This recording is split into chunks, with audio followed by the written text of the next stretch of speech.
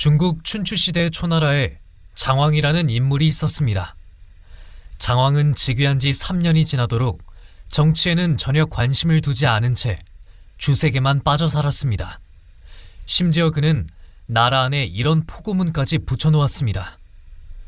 왕에게 바른 말을 하는 자는 누구든지 솥에 넣어 삶겠다.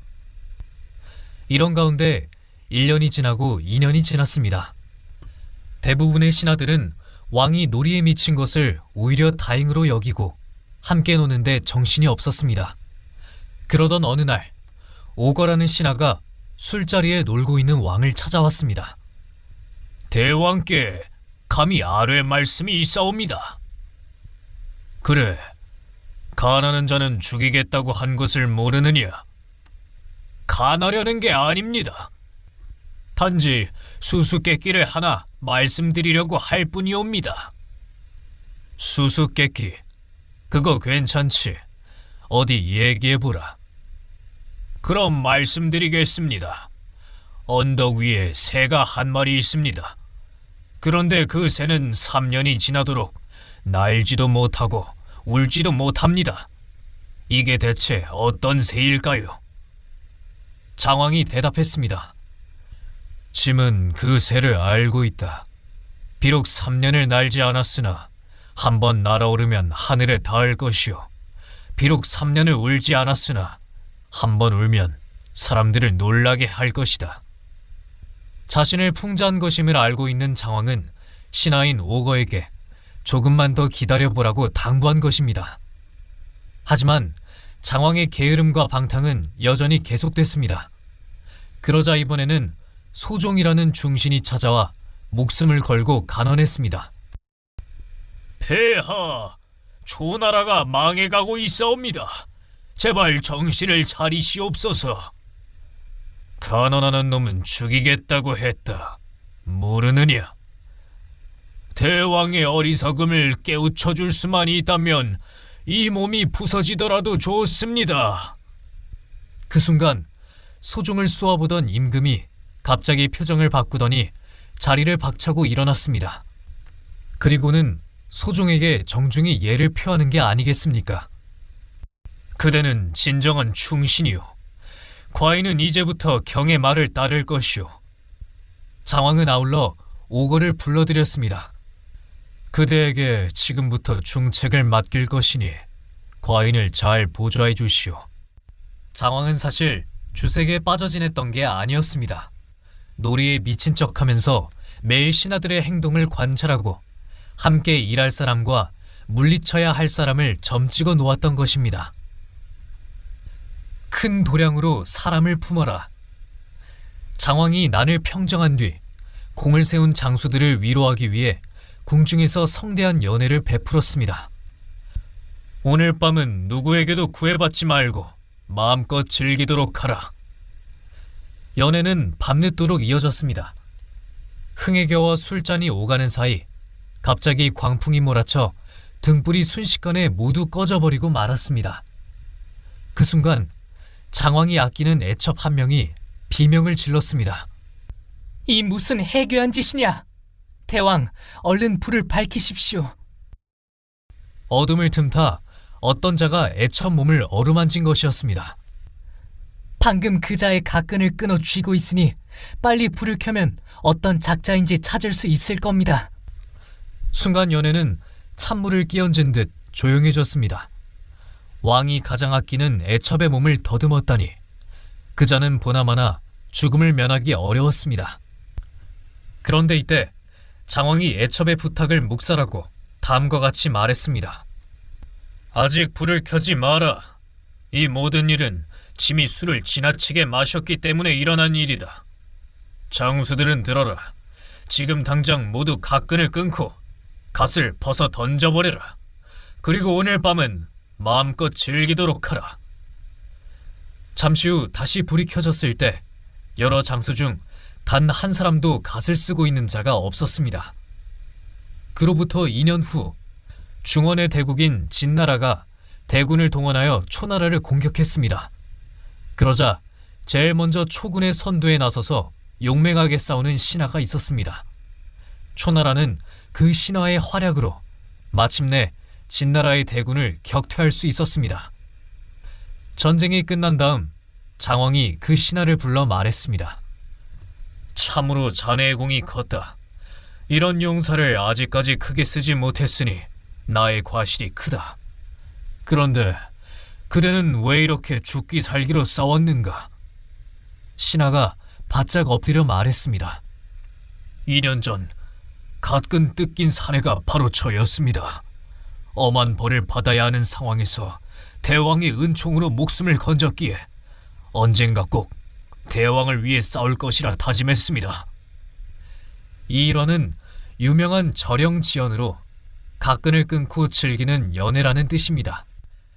남의 잘못을 관대하게 용서해주거나 어려운 일에서 구해주면 반드시 보답이 따름을 비유하는 고사성어입니다. 옛날에 늙은 홀아버지가 외아들과 함께 가난하게 살고 있었습니다. 이리저리 아무리 발버둥 쳐도 가난에서 벗어날 길이 없자 아들은 한양에 가서 어떻게든 돈을 벌어보겠다며 10년 기약을 하고 길을 떠났습니다. 그렇게 떠난 아들은 몇 년이 지나도록 통 소식이 없더니 어느 날 편지 한 통을 보내왔습니다. 아버지, 7월 초하루 한양 두물머리 나루터로 꼭 오세요. 아버지가 서둘러서 아들을 찾아갔더니 아들이 그간 힘들게 번 돈이라면서 논 5마지기 값이 든 보따리를 내밀었습니다. 자기도 머지않아 내려갈 테니 그걸 가지고 가서 논을 사서 농사를 지으라고 말하는 것이었습니다. 아버지가 돈 보따리를 챙겨서 돌아오는데 온통 신경이 돈에만 쏠리는 것이었습니다. 몇 번이나 꺼내보고 잘 있는지 확인했습니다. 어느 높다란 언덕을 넘으면서 다시 돈을 확인해보고 길을 떠난 노인은 한참을 가다가 깜짝 놀라고 말았습니다. 품 안에 든 돈 보따리가 갑자기 없어진 것이었습니다. 평상이나 어디에 놓고 온 것이 분명했습니다. 아이고, 이를 어쩌나.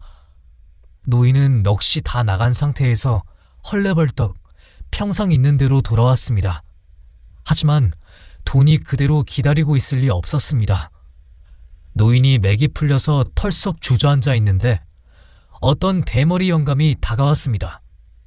노인장, 무슨 일 있는 게요? 소중한 돈 보따리를 잃어버렸다오. 노인이 귀하디 귀한 돈 보따리를 잃어버린 사정을 그에게 이야기했습니다. 아마도 이 물건인 게로군. 홍두가 가져갈까봐 내가 보관하고서 기다리고 있었다오. 품에서 무언가를 꺼내는데 노인이 잃어버린 그 보따리였습니다. 살펴보니 돈은 그대로였습니다. 노인이 100배 살해를 하자 대머리 영감은 조심해서 잘 가라며 훌쩍 자리를 떴습니다. 전보다 더 조심해서 길을 가던 노인은 나루터 앞에 이르렀습니다. 일전에 내린 비로 강물이 부른 데다 물살이 세서 건너기 쉽지 않았습니다. 그때 어떤 사람이 강물에 빠져 허우적대면서 사람 살리라고 외치는 소리가 들렸습니다. 노인 아들 또래의 청년이었습니다. 강가에 많은 사람이 있었으나 아무도 그 청년을 구하러 나서는 사람이 없었습니다. 늙은 몸으로 물에 뛰어들 수 없었던 노인은 그만 안달이 났습니다. 누가 저 사람을 좀 구해주시오. 그래도 아무도 나서지 않자 노인이 말했습니다. 누가 저 사람을 구하면 내가 논 단마지기 값을 주리다. 어떻게 좀 해봐요. 그러자 한 건장한 사람이 노인장, 그 말 사실이지요? 하더니 강물로 뛰어들어 그 청년을 구해왔습니다. 노인이 내뱉은 말을 주워 담지 못하고 돈 보따리를 내밀자 건장한 사람은 돈을 챙겨서 유유히 사라졌습니다. 죽다가 살아난 사람은 사정을 전해 듣고서 노인한테 넙죽 절하며 살해했습니다. 그리고 사양하는 노인을 굳이 자기 집으로 이끌고 갔습니다. 집에 도착해보니 무척 잘 사는 집안이었습니다. 청년은 아버지한테 강에 빠져 죽다가 살아난 사연을 이야기하고는 노인을 안으로 모셔 드렸습니다. 청년의 아버지와 노인은 서로를 보고서 깜짝 놀라고 말았습니다. 청년의 아버지는 평상에서 돈을 찾아주었던 대머리 영감이었던 것입니다. 대머리 영감은 노인의 손을 잡고서 말했습니다. 그게 어떤 돈인 줄 내가 아는데 그 귀한 돈을 내던져서 우리 아들을 구했단 말이오. 사람이 죽어가고 있으니 앞뒤 생각할 겨를이 없더랍니다. 이어지는 결말은 여러분이 상상하는 그대로입니다. 영감은 노인에게 자신의 재산을 절반으로 나누어 뚝 떼어주고 서로 형제처럼 어울리며 남은 평생을 잘 살았다고 합니다. 고사성어 추리바니는 자신에게서 나온 것은 자신에게로 되돌아온다는 뜻입니다. 자기가 뿌린 씨는 자기가 거두는 것이 세상사 이치입니다.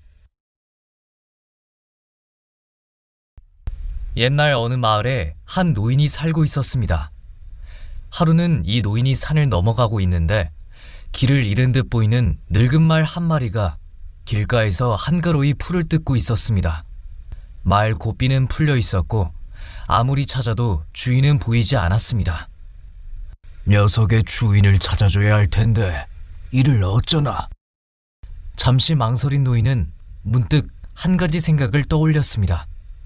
그리고는 말 머리를 몇 번 쓰다듬더니 말 위에 넙죽 올라탔습니다.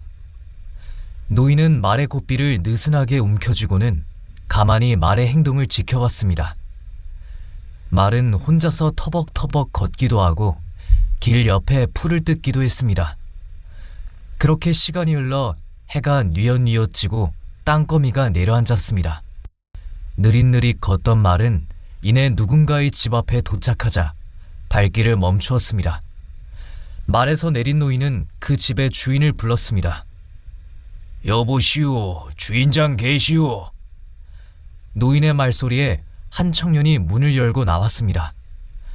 그런데 거기서 놀라운 일이 벌어졌습니다.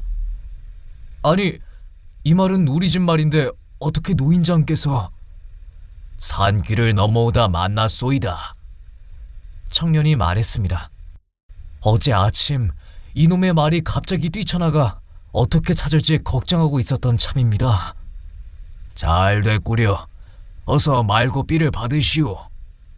잠시만요, 어르신. 이를 어떻게 보답해야 할지. 보답은 무슨... 그래도 사례는 해야죠. 그럼 저녁밥이나 주시구려. 청년과 노인은 함께 저녁을 먹으며 이런저런 이야기를 나눴습니다. 어르신, 사실 궁금한 게 하나 있는데 어떻게 말의 주인을 찾아내셨는지요? 나야 아무것도 한 게 없었네. 사실 자네 집을 찾은 건 내가 아니고 자네 말이라네. 나는 그저 이 말이 길에서 벗어나지 않게만 도와줬을 뿐이야. 노마지지라는 말이 있습니다. 숲속에서 길을 잃을 때 늙은 말을 따라가면 길이 보인다는 사자성어입니다. 그런데 이 이야기의 숨은 반전은 단순히 늙은 말의 지혜를 빌리라는 것에 있지 않습니다. 말의 무의식, 즉 내면에 숨겨진 본능을 탐구해보라는 것입니다. 인간도 마찬가지입니다. 여러분의 무의식을 공부하다 보면 말의 귀소 본능처럼 인생의 모든 문제는 저절로 해결될 수밖에 없습니다. 이야기 속에서 말은 여러분의 무의식을 상징합니다. 노인은 당신의 의식을 뜻하며 길은 여러분이 추구해야 할 가치입니다. 길 옆의 풀은 인생을 살아가며 만나는 온갖 유혹들입니다. 결국 사사로운 욕심에 흔들리지 않고 길에서만 벗어나지 않는다면 당신이 원하는 것은 무엇이든 간에 얻을 수 있습니다. 핵심은 얼마나 자기 자신에 대해서 잘 알고 이해하고 있느냐입니다. 길을 잃었을 때, 해결책이 보이지 않을 때 당신의 무의식을 들여다보시기 바랍니다. 먼저 무언가가 자꾸 마음에 떠오른다면 그것은 일단 시도해볼 만한 가치가 있는 것이라 여기면 좋겠습니다. 처음부터 큰 결단으로 일을 저지르기보다는 시험 삼아 이것저것 시도해보길 권합니다. 저는 이것을 무의식의 씨 뿌리기라고 표현합니다. 그렇게 다양한 씨앗들을 당신의 마음속 밭에 뿌려두고 잠깐 동안 잊어도 좋습니다. 어떤 씨앗은 당신 밭에 어울리지 않아 금방 시들어 버릴 것입니다. 반면 어떤 씨앗은 의외로 무럭무럭 자라 당신의 눈에 자꾸 밟히기 시작할 것입니다. 만약 그런 씨앗이 있다면 더 주의 깊게 지켜보세요. 그 작은 씨앗 하나가 장차 세상을 떠받들 커다란 바오밥 나무로 자라게 될지는 아무도 모릅니다. 옛날 중국 송나라에 술을 만들어 파는 장씨라는 사람이 있었습니다. 그가 만든 술은 향기롭고 감미로울 정도로 매우 훌륭했습니다. 손님들에게는 늘 친절했고 술의 양을 절대 속여 팔지도 않았습니다. 그런데 어찌된 영문인지 그의 술은 좀처럼 팔리지 않았습니다. 그렇게 술이 팔리지 않으니 창고에 쌓인 술은 그만 씌어지고 말았습니다. 답답한 마음을 가눌 길 없었던 장씨는 그 마을의 현자라 불리는 양천을 찾아가 그 까닭을 물었습니다.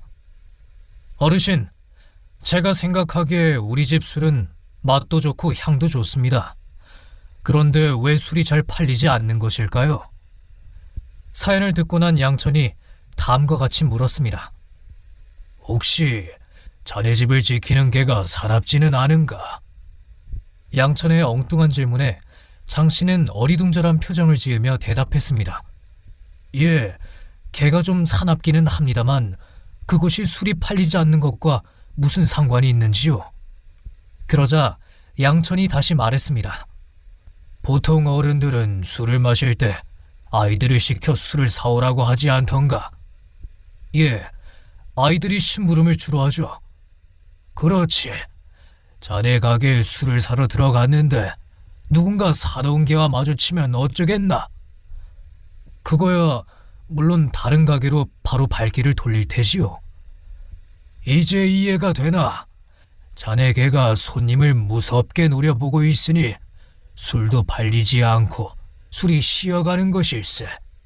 한비자 외저서로에 나오는 구맹주산이라는 고사성어로 사나운 개 때문에 술이 쉬어진다는 뜻입니다. 이 이야기의 핵심은 내 의도와 상관없이 우리 주변을 좀먹고 있는 것은 무엇인지 두루 살펴야 한다는 것입니다. 사마천의 손자오기 열전에는 이런 이야기도 있습니다. 춘추 전국시대의 명장 중 오기라는 인물이 있었습니다. 어느 날 오기 장군은 심한 종기 때문에 사경을 헤매는 병사를 발견합니다. 부대장은 악성 종기라서 치료가 불가능하다고 말합니다. 말에서 내린 오기 장군은 병사의 옷을 벗기고 직접 입으로 고름을 빨아냈습니다. 그 광경을 지켜보고 있던 병사들은 깜짝 놀랐습니다. 이 이야기는 곧바로 고름을 빨아준 병사의 어머니에게 전해졌습니다. 그런데 그 소식을 들은 어머니는 갑자기 목 놓아 울기 시작했습니다. 오기 장군은 하급 병사의 고름까지 직접 빨아주는 훌륭한 장수요. 그런데 왜 그리 슬피 우시오? 병사의 어머니가 대답했습니다. 예전에 오공께서 아이들 아버지의 종기를 직접 빨아준 적이 있는데 이에 감격한 남편이 자기 몸을 돌보지 않고 용감히 싸우다가 적진에서 죽고 말았지요. 오공이 지금 또 제 자식의 종기를 빨아주었으니 이 아이도 어느 때 어디서 죽게 될지 모릅니다. 사자성어 연저지인은 몸에 난 종기를 입으로 빨아주는 인자함이란 의미를 가지고 있습니다. 윗사람이 부하를 극진히 사랑함을 비유하는 말이지만 동시에 목적 달성을 위한 가면적 사랑으로 해석할 수도 있습니다. 대중에게 강한 임팩트를 남기기 위해선 감동의 한 컷, 감탄의 한 끗이 필요합니다. 리더가 쇼를 하는 이유가 여기에 숨어 있습니다. 오기 장군의 병졸 관리는 무서울 정도로 철저했습니다. 그런 오기 장군의 내면을 병사의 어머니는 예리하게 꿰뚫고 있었던 것입니다. 물론 사건의 당사자인 오기 장군과 하급 병사 사이에는 엄청난 신뢰가 형성되겠지만 제3자인 어머니의 입장은 전혀 다르게 해석된다는 점입니다. 이처럼 모든 일은 상대적이며 보이지 않는 부분이 존재합니다. 크다고 해서 큰 것이 아니며 작다고 해서 작은 것이 아닙니다. 내가 힘이 있으면 힘없는 다른 이가 존재하기 때문에 가능하며 내게 권력이 있으면 권력을 따르는 이가 있기에 가능한 것입니다. 작거나 크다는 것, 있거나 없는 것은 주변의 여건에 따라서 변화하는 것입니다. 중국 전국시대 평원군이라는 인물이 있었습니다. 그의 집은 민가가 내려다 보이는 높은 곳에 위치하고 있었습니다. 하루는 평원군의 애첩이 높은 누각에 서서 한 절름발이가 물 길어가는 모습을 보고 깔깔대며 웃었습니다. 저 절름발이 좀 봐. 어쩜 저리 우스꽝스러운지. 다음 날 절름발이 사내가 평원군을 찾아와 이렇게 말했습니다. 평원군께서는 선비를 좋아한다고 들었습니다. 수많은 식객이 나리를 찾는 것은 아마도 선비를 중히 여기고 첩을 가볍게 여기기 때문일 것입니다. 그런데 저는 불행히도 다리를 절뚝거리고 등이 굽는 병이 있는데 나리의 애첩은 그런 저를 내려다보고 비웃었습니다. 원컨대 저를 비웃는 자의 목을 베어 주십시오. 평원군이 웃으면서 대답했습니다. 하하, 알겠소. 그러나 평원군은 절름발이가 돌아가자 웃으면서 이렇게 말했습니다. 저놈 보소. 한 번 웃었다는 이유로 내 애첩을 죽이라고 하다니 가당치도 않은 소리 아닌가. 평원군은 끝내 첩을 죽이지 않았습니다. 그 사건이 있고 나서 식객들은 하나둘 떠나기 시작했습니다. 1년이 지나자 어느새 절반 넘는 식객이 평원군을 떠나버렸습니다. 평원군이 이를 이상히 여겨 물었습니다. 나는 여러분을 예우했소. 또한 그대들에게 크게 실수한 적이 없거늘 어째서 떠나는 이가 이토록 많단 말이오. 그러자 한 식객이 앞으로 나와 말했습니다. 평원군께서는 저번 절름발이 사건을 기억하시는지요? 네, 다 알고 있어. 그 이유는 바로 절름발이를 비웃는 자의 목을 베지 않았기 때문입니다. 고작 그 사건 때문이라니. 그렇습니다. 평원군께서 여색을 좋아하고 식객을 하찮게 여기는 것으로 판단해 떠난 것이옵니다. 평원군은 이 소리를 듣자마자 애첩을 처형했습니다. 그리고는 절름발이 사내 집을 직접 찾아가 사과했습니다. 미안하오. 내 그대에게 큰 신뢰를 범했소. 그 사실이 세상에 알려지자 식객들이 다시 모여들기 시작했습니다. 그러던 어느 날 평원군이 외교 담판을 하기 위해 초나라로 갈 일이 생겼습니다. 그는 자신의 식객 중 용맹하고 학문이 뛰어난 20명을 골라 수행원으로 삼고자 했습니다. 손쉽게 19명을 뽑았지만 나머지 한 명이 마땅치 않아 고심하고 있을 때였습니다. 그때 갑자기 모수라는 사람이 앞으로 나서며 말했습니다. 평원군 나리, 저를 데려가 주십시오. 평원군이 물었습니다. 그대는 내 문화에 있은 지 얼마나 되었소? 모수가 대답했습니다. 3년이 되었습니다. 그러자 평원군이 차갑게 말했습니다. 현명한 선비는 주머니 속에 넣어둔 송곳과 같소이다. 그 끝이 금세 드러난다는 뜻이오. 3년 동안 내가 그대를 몰랐다면 이렇다 할 재능이 없다는 뜻 아니겠소. 미안하지만 여기 남아있으시오. 그러자 모수가 이렇게 대답했습니다. 평원군 나리, 나리께서는 저를 한 번도 주머니 속에 넣은 적이 없습니다. 지금 당장 저를 그 주머니 속에 넣어주시면 그 끝이 드러남을 넘어서 송곳 자루까지 밖으로 튀어나올 것입니다. 평원군은 말만 번지르르한 모수가 못 믿어왔지만 혹시나 하는 마음에 그를 수행원으로 삼았습니다. 식객들은 자기 자신을 추천하는 모수를 비웃었습니다. 하지만 모수는 초나라와의 외교전에서 예상 밖의 엄청난 활약을 펼칩니다. 평원군은 집으로 돌아와 식객들에게 말했습니다. 나는 다시는 감히 선비를 고르지 않겠소. 모수 선생의 세치혀는 100만의 군사보다 강했소이다. 평원군은 함부로 인재를 제단하지 않을 것이며 혹시라도 자신이 놓친 인재는 없는지 늘 조심하겠다고 선언한 것입니다. 오늘 말씀드릴 고사성어는 낭중지추입니다. 주머니 속의 송곳이라는 뜻으로 뾰족한 송곳은 가만히 있어도 뚫고 삐져나온다는 것입니다. 즉, 뛰어난 재능을 가진 사람은 반드시 남의 눈에 띈을 비유하는 말입니다. 당나라 시인 이백은 분방하고 자유로운 성격의 소유자였습니다. 그런 그가 산속에 들어가 공부를 하자니 답답해 미칠 지경이었습니다. 아, 지겨워. 이 정도 공부했으면 됐지. 결국 참다 못한 이백은 공부를 포기하고 집으로 돌아가리라 결심했습니다. 세속으로 돌아가려 마음먹자 홀가분해지면서도 한편으로 찜찜한 기분이 들었습니다. 잠시 망설이던 그는 이내 짐을 꾸려 혼자 터벅터벅 산길을 내려왔습니다. 그리고는 막 시냇물을 건널 때였습니다. 한 할머니가 강 건너편에서 무거운 쇠공이를 숫돌에 갈고 있는 것이 아니겠습니까? 궁금증을 참지 못한 이백이 할머니에게 다가가 물었습니다. 할머니, 지금 무엇하고 계시는지요? 할머니가 무심히 대답했습니다. 보면 모르나 쇠공이를 갈고 있지 않나? 이백이 다시 물었습니다. 그런데 쇠공이를 왜 갈고 계신지요? 이걸 갈아서 바늘을 만들려고 그러지. 대답을 들은 이백은 순간 할머니에게 쇠공이로 한 대 얻어맞은 듯한 충격을 받았습니다. 학문을 끝까지 마치지 못한 자신이 한없이 작아 보였기 때문입니다. 늙고 힘없는 노인도 저렇게 노력하는데. 할머니의 말에 뼈저리게 반성한 그는 다시 산에 돌아가 공부에 매진했습니다. 그리고 그곳에서 중국 역사상 최고의 시인이 될 만한 탄탄한 학문적 기반을 닿게 됩니다. 사자성어 철저 마침은 쇠공이를 갈아서 바늘을 만들다라는 뜻입니다. 이 이야기가 가진 진정성은 바로 시간을 견뎌내는 힘에 담겨 있습니다. 사실 노력하면 안 되는 일이 없다는 것쯤은 초등학생도 다 아는 내용입니다.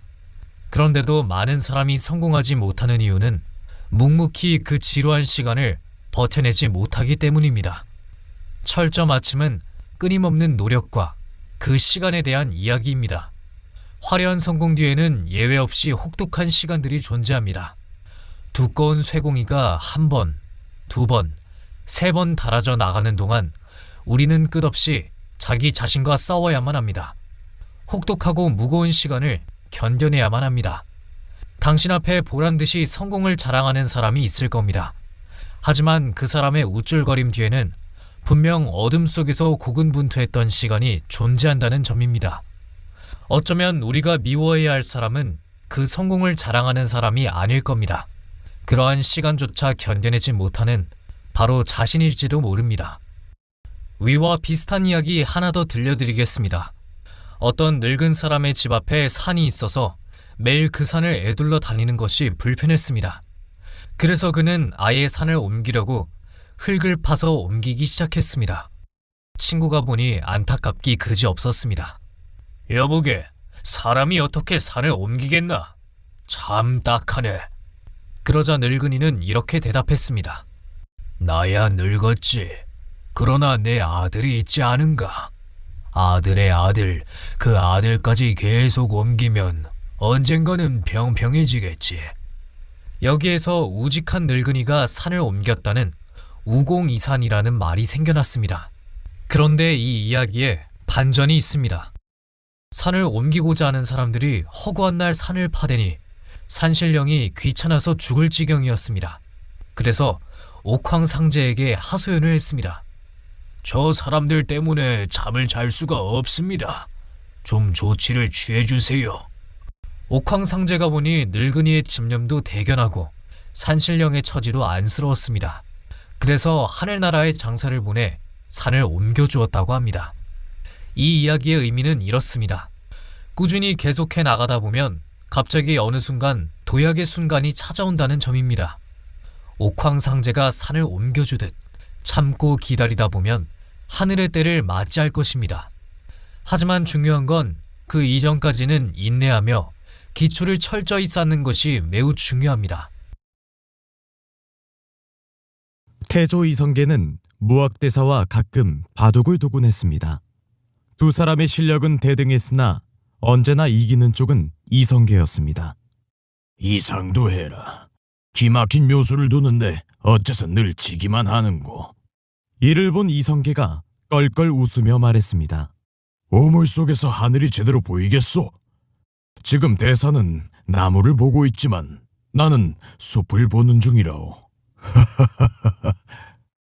무학대사는 잔소에 밝아 부분적인 묘수를 잘 냈지만 이성계는 대세에 밝아 반상을 두루 살폈던 것입니다. 그러던 어느 날 이성계와 무학대사가 길을 가다 웬 농부가 산 밑에다 집을 짓고 있는 광경을 보게 되었습니다. 풍수지리에 능한 무학대사가 말했습니다. 저 농부는 3년 안에 분명 거부가 될 것입니다. 고래등 같은 기와집이 들어설 자리니 보나마나 금방 복이 들어올 겁니다. 그런데 이성계는 무학대사와 달리 정반대 의견을 냈습니다. 글쎄요, 내가 보기에는 아니올시다. 저곳은 몇 년 안에 필시 폐허가 될 것이오. 누구보다 풍수지리에 밝은 무학대사가 자신만만하게 말했습니다. 그럼 우린 내기를 해보는 게 어떨까요? 3년 후 저곳에 고래등 같은 기와집이 들어서는지 아니면 폐가가 들어서는지. 하이, 좋소. 무엇을 걸어도 내 차지가 될 것이오. 두 사람은 서로 장담하며 다시 길을 떠났습니다. 그로부터 3년 후 우연히 그곳을 지나던 무학대사의 눈이 휘둥그레졌습니다. 농부가 집을 지었던 곳은 잡초만 무성했고 이성계의 말대로 폐가가 자리 잡고 있는 것이 아니겠습니까? 도대체 이 무슨 변고인고? 저 집에 살았던 사람은 필시 거부가 됐을 텐데 어찌하여 폐가로 변했단 말인가? 그리고 이 사실을 이성계에게 전했습니다. 그러자 이성계가 빙긋 웃으며 말했습니다. 내가 전부터 대사와 바둑을 두며 누누이 말하지 않았소. 대사는 잔수에 밝으나 대세에는 약하다고 말이오. 저 집이 저렇게 될 줄 몰랐던 것은 다 그 때문이오. 무학대사가 의아한 표정으로 말했습니다. 아니, 저 집과 바둑이 무슨 상관이 있습니까? 하하하하, 생각을 좀 해보시오. 저곳이 폐허가 된 것은 대사의 풍수지리가 정확히 맞아떨어졌기 때문이요.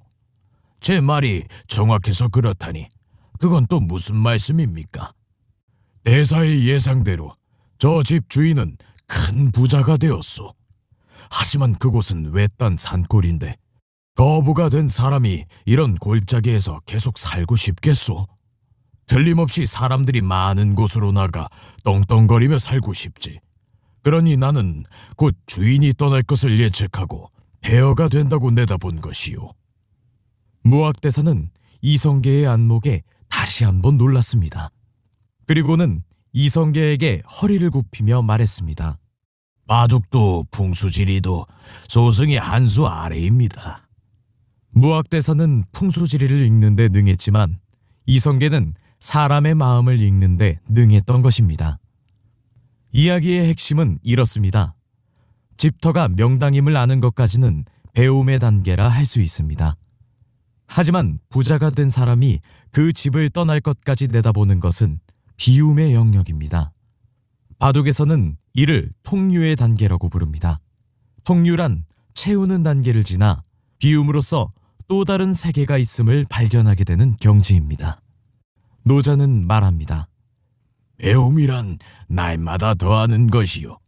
도란 날마다 덜어내는 것이다. 새가 알을 깨고 나오듯 더 높은 차원의 삶을 살아가려면 자기만의 틀을 깨고 나와야 합니다. 그래야 비로소 사물의 다른 측면을 발견할 수 있습니다. 부분적으로 옳아도 전체적으로 틀릴 수 있다는 사실을 기억해야 합니다. 끝으로 지금 힘든 시간을 겪고 계신 분들에게 이 말을 전하고 싶습니다. 물극 필반. 사물이 극에 달하면 반드시 반전하게 된다는 뜻입니다. 달도 차면 기울듯 세상의 모든 것들은 필연적으로 변화합니다. 그렇게 되면 지금까지와는 정반대의 국면이 펼쳐지는 것입니다. 감사합니다. 부골님이었습니다.